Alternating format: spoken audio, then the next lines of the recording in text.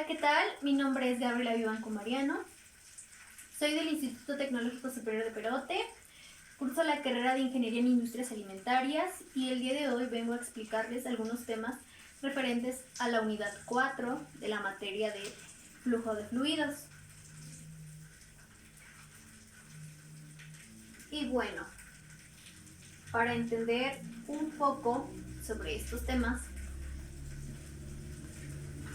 mencionaré el índice, que es el siguiente. Tenemos la definición, las características y los fundamentos de sistemas de sedimentación y centrifugación, los equipos, los elementos y tipos de sedimentación y centrifugación, y el diseño y la selección de equipos de sedimentación y centrifugación. Para entender un poco de este tema, tenemos como primer tema la definición y las características y fundamentos de sistemas de sedimentación y centrifugación. Y para recordar un poco, veamos qué es la centrifugación. Y bien, nos dice que es un método por el cual se pueden separar sólidos de líquidos de diferente densidad por medio de una fuerza giratoria. La fuerza de la centrífuga es provista por una máquina llamada centrifugadora, la cual imprime a la mezcla un movimiento de rotación que origina una fuerza que produce la sedimentación de los sólidos o de las partículas con mayor densidad. Los componentes más densos de la mezcla se desplazan fuera del eje de rotación de la centrífuga, mientras que los componentes de más densos de la mezcla, su desplazación va hacia el eje de la rotación.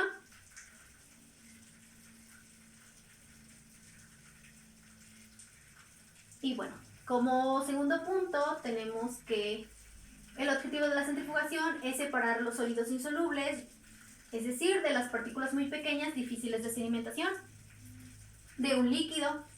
Para ello se aplica un fuerte campo de centrífugo, por lo cual las partículas tenderán a desplazarse a través del medio en el que se encuentran, con la aceleración en donde nos dice que es igual a la velocidad del angular 2 por radio.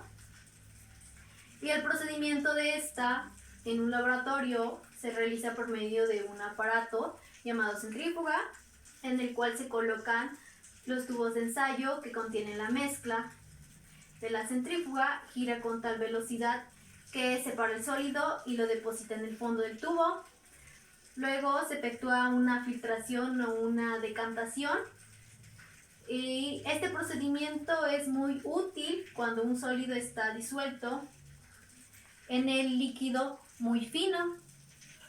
En algunos casos vamos a ver ahora lo que es la sedimentación.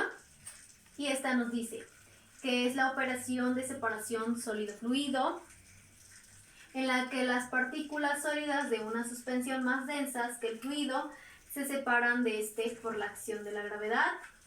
Y nos dice que es una operación controlada por la transferencia de cantidad de movimiento, en donde cuando existen fuerzas de interacciones entre las partículas y estas son suficientemente pequeñas, es decir, son suspensiones de los coloidales, la sedimentación natural es posible debiendo antes proceder a la floccumulación. O también puede ser a la coagulación de las partículas. El tamaño de las partículas y su concentración, hablamos de características. En la suspensión deben tener unos valores mínimos del orden 1 a 10 micras y el 0.2% de un sólido en la suspensión. Se utiliza para separar las partículas sólidas dispersas en un líquido, y la viscosidad del líquido frena las partículas sólidas que deben vencer el razonamiento de un líquido en el movimiento de caída. En cuanto mayor sea la viscosidad del líquido, más frena el movimiento de las partículas. La diferencia de densidades entre las partículas sólidas y el líquido hace que, aunque este último tenga un movimiento ascendente y las partículas sólidas se sedimenten, que se depositen en el fondo, donde son estimuladas de forma de lodos. Y bueno, algunas aplicaciones de la sedimentación es que la sedimentación es un proceso que forma parte de la potabilización del agua y la depuración de aguas residuales. En la potabilización del agua, del proceso de sedimentación está gobernado por la ley de Stokes, y el tratamiento de las aguas residuales de este proceso se realiza para retirar la materia sólida, orgánica o no, en algunas aguas residuales.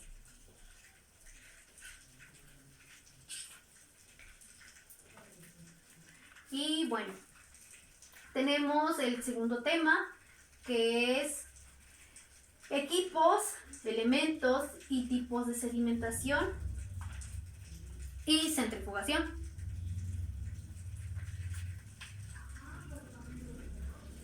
Como primer punto tenemos a los equipos de sedimentación, que el primero es el tanque simple de precipitación por gravedad.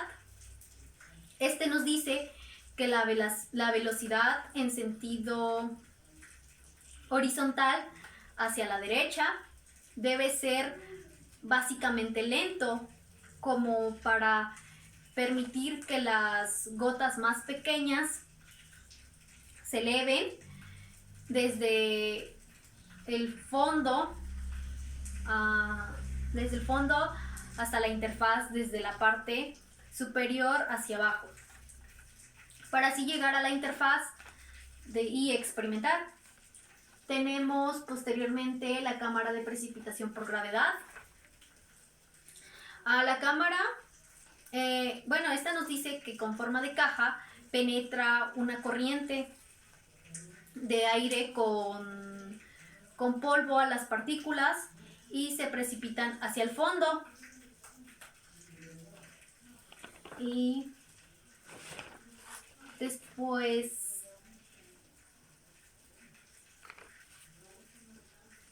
el aire debe permanecer en cámara del tiempo suficiente, es decir, el tiempo de resistencia,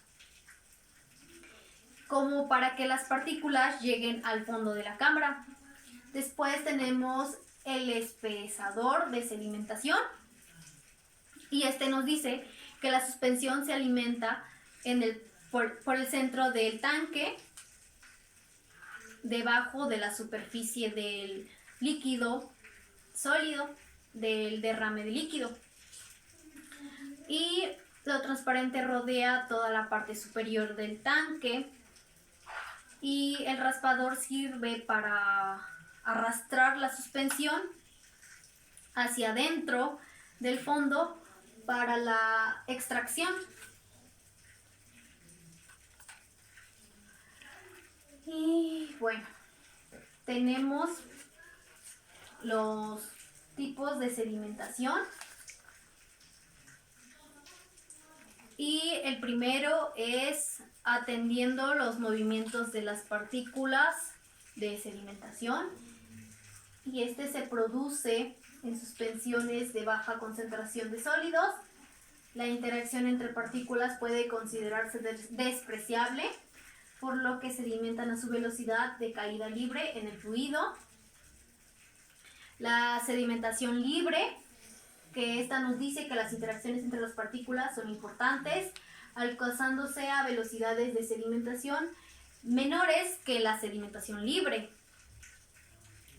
Y tenemos la sedimentación por zonas, que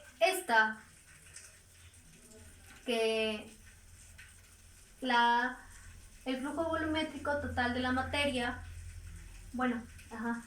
que la sedimentación se encuentra retardada en la imperdida dentro del sedimentador y se desarrollan varias zonas caracterizándolas por diferente concentración de sólidos y por lo tanto la diferente velocidad de sedimentación. Y tenemos dos tipos de sedimentación, que estas dependen de cómo se realice la operación. Y la primera sería la sedimentación intermitente, que aquí nos dice que el volumen total de la materia fuera del sistema es nulo y transcurre en el régimen estacionario. Y bueno, pues este tipo nos dice que la sedimentación es la que tiene lugar en una probeta de un laboratorio donde la suspensión se deja reposar. Y por último tenemos la sedimentación continua, que esta nos dice que la suspensión diluida se alimenta continuamente y se separa en un líquido claro, y una segunda suspensión de mayor concentración transcurre en el régimen estacionario.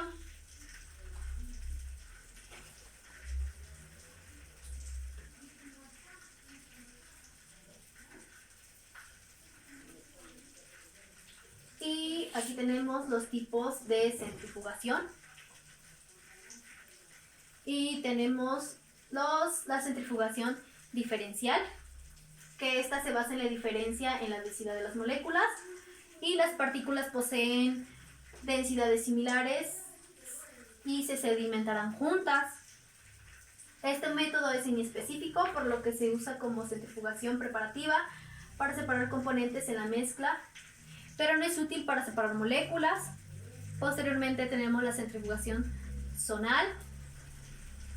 Estas partículas con el mismo coeficiente de sedimentación se separan al usar medios de diferente densidad y se usa para la separación de ADN con mucha frecuencia.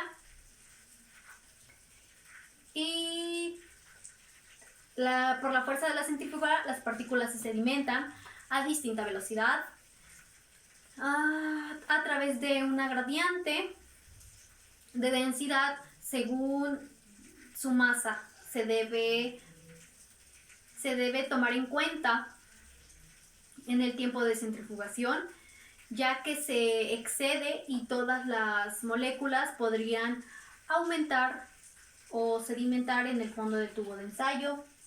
Y por último tenemos la centrifugación zonal, que esta nos dice que las partículas se separan por la diferencia de velocidad de sedimentación a causa de la diferencia de masa de cada una, y la muestra se coloca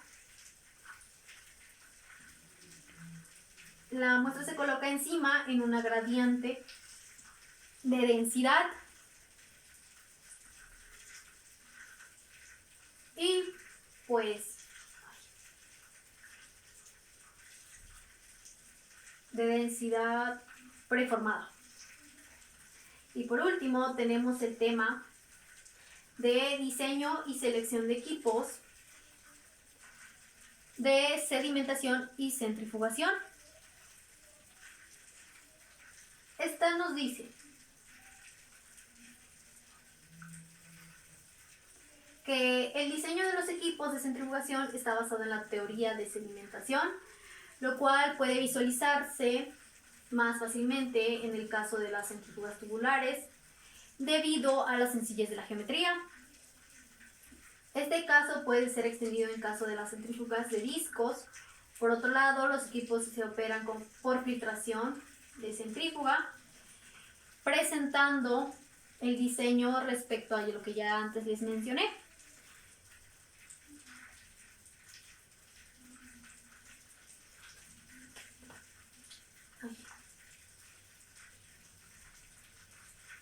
Y posteriormente nos explica, llega el tema de diseño de centrífugas tubulares, y lo siguiente que mencionaré son hechos a considerar en el diseño. Las propiedades de caldo, la velocidad de rotación y el radio de giro de la centrífuga determinan la velocidad de sedimentación que se puede lograr en un equipo de sedimentación centrífugo. La velocidad de sedimentación, conjuntamente con la distancia de sedimentación, determina el tiempo de sedimentación.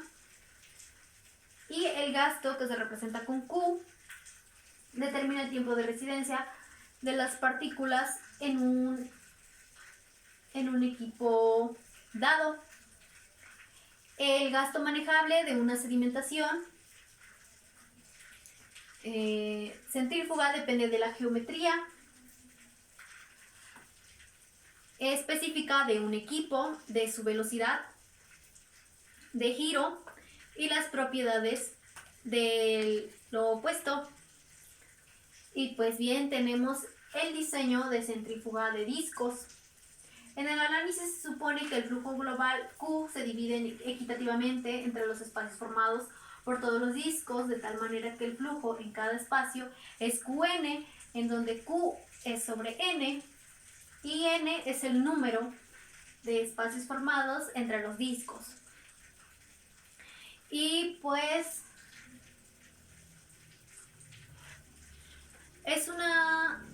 en sí es una centrífuga de discos, de partículas que se desea sedimentar y se mueve por concentración y por convección y sedimentación. El movimiento es convertido en paralelo a los discos y el movimiento de sedimentación es el sentido horizontal. Y por último tenemos el diseño de equipo de filtración centrífuga. Esta nos dice que combina los dos principios de separación mecánica, es decir, filtración y centrifugación. El interés de este diseño es contar con la expresión para el cálculo de gasto volumétrico manejable por la centrífuga y el tiempo de filtración. Y bueno, de mi parte es todo. Algunas bibliografías que están aquí y se las dejaré en los comentarios por si les interesa checarlas. Y bueno, gracias por su atención.